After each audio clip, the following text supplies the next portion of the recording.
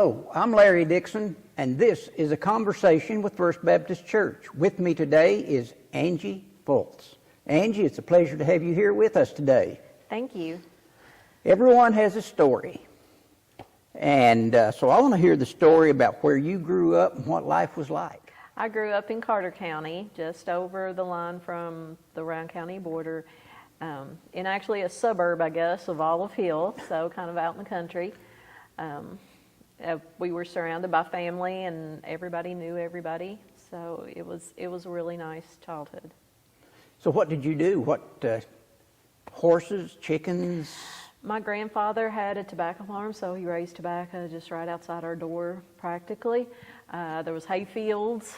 My dad worked for the State Highway Department. My mom worked for the school system. So we were just all, like I said, right there together and lived in a farm, raised gardens. Always had animals, dogs. I even had a pet raccoon when I was growing up. That's and interesting. his name was King Kong. That was my next question. What was his name? King Kong. And why did you pick that? Oh, why not? He was awesome, right? He was awesome.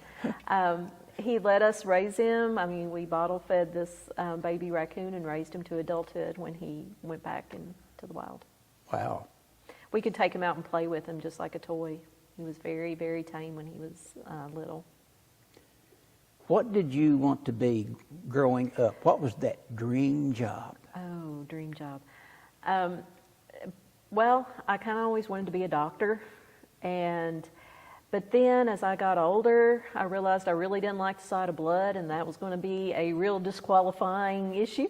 So I did stay in science, and I'm a chemist now, but I had aspired to be a doctor at one time. What is your favorite hobby or hobbies? Well, I always liked reading. I'm very extroverted, so I just like being around people and hanging out. But since COVID happened and I've been more inside and solitary than normal, I have just learned to knit. And I only know one stitch, though, and I only know how to do one thing, so I have a million scars. That has become my new, let's occupy my hands kind of hobby. I'm not really good with gardening. I tend to kill everything I set outside. So during the whole pandemic thing, it's been knitting. Well, I know you have an interest in like Comic-Con and so forth. Oh, absolutely. So what's the superhero that you would be? Oh, that would be Thor. So, I mean, come on, he has a cool hammer that lets him fly, and he has awesome hair. I mean, who wouldn't want to be Thor, right? So I've had this little Pez dispenser for years, and he sits in my kitchen. So when you go to Comic-Con, what's that like? What's the experience? It's the experience of getting to meet your favorite celebrity. And also, I really enjoy some of the panels where they talk about being on certain shows and what that's like, and some of the behind-the-scenes stories. I enjoy that a lot. So many of those forums take the form of question and answer, so they will take questions from the audience, and it always surprises me what someone will ask, and then they'll tell a funny story, and it's very entertaining. My kids have gone to these with me, so we tend to make this a family thing when we go to Comic-Con or to Scarefest or something like that. It is amazing, the costumes you see, the creativity that goes into it, and just, the dedication people will do for some of the cosplay that I do not do that. I do not go in costume, but I have seen some amazing ones there that are, like I said, incredibly creative. That's what caught my attention, was how creative these people are. Mm-hmm. Just to come up with this costumes and so forth. Oh, yeah. And I've been privileged, too, to be able to see and speak with some of the makeup artists that have worked in different areas for film. And it's always amazing because sometimes they'll do things like on-site as demonstrations, which is incredible. Tell me about your favorite family vacation. A few years ago, the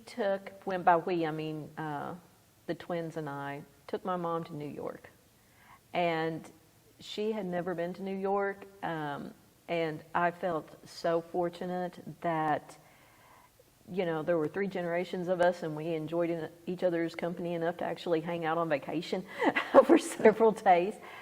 We took Amtrak to New York. The scenery was great, but we got to go to some Broadway musicals. We got to go to Little Italy and Chinatown. We just had a blast. Of course, doing the statue and all the touristy things and the Empire State Building. But being able to do that with both my mother and my kids, that was a fortunate thing to be able to do. So I understand that you work for the technical college. Yes. What do you do there? I teach chemistry at the Maysville campus, but I'm also the division chair for mathematics and natural sciences. So I kind of have a dual role within, or dual responsibilities there as an instructor, but also as a division chair. And I will say I love it. So it has been a wonderful, and is still a wonderful experience being able to teach and work for KCTCS. What would be your proudest accomplishment? The raccoon? Oh, the raccoon. I had a raccoon named King Kong. But, well, of course, I'm incredibly proud of my kids. I tell them sometimes I live vicariously through them. But I'm very proud of the adults that they've grown up to be. And if I had any part in being able to shape that, I would say that that would have to be my proudest accomplishment. What's on your bucket list? I want to travel. I have Where not to? Any place requiring a passport. I don't have a passport. I have never been out. Well, I've been to Canada, but that was before they required passports. But I have never done international travel, and I would love to do that. Any country in particular? I would like to go to Greece just to see the history. It would just be an amazing thing. My son was fortunate enough to do a study abroad in Greece, and I just loved the photos I got to look at. Like I said, I felt like I was living vicariously through him. He got to see some amazing things, and I would just love to be able to see that in person. My sister went to Greece several years ago, and she loved it, and she wants to go back. Everybody that I know that has been there wants to go back. So what brought you to First Baptist Church? Well, when I first started working for MSU, I was working with Belva Sammons, who is a member here, and she invited me. They were doing a fall festival in the fellowship hall, and the twins were little, and she just invited us. We wanted to come to fall festival, and we came, and we've been coming ever since. But it was all due to that invitation from Belva. And why have you stayed? The people. I have a real personal connection to the members here at First Baptist Church. I think we behave like a family, and I feel at home here. So that's why I've continued to come. My kids were brought up in this church.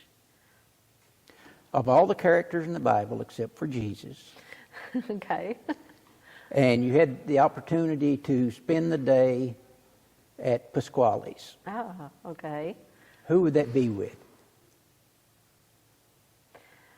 Probably Ruth.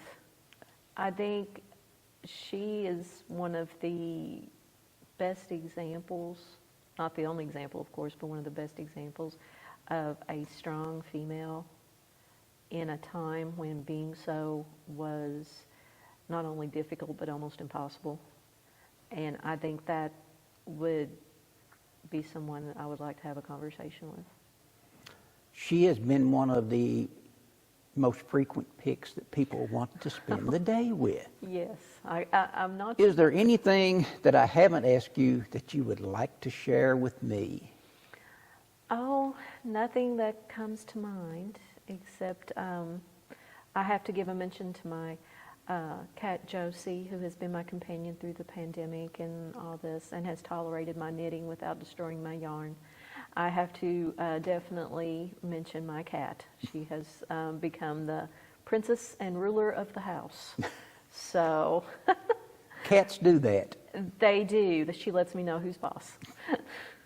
So thank you for the opportunity to talk today. I really appreciate it, Larry. Well, thank you. I'm Larry Dixon. This has been a conversation with First Baptist Church, and with me today has been Angie Fultz. Angie, it's been a pleasure. Thank you.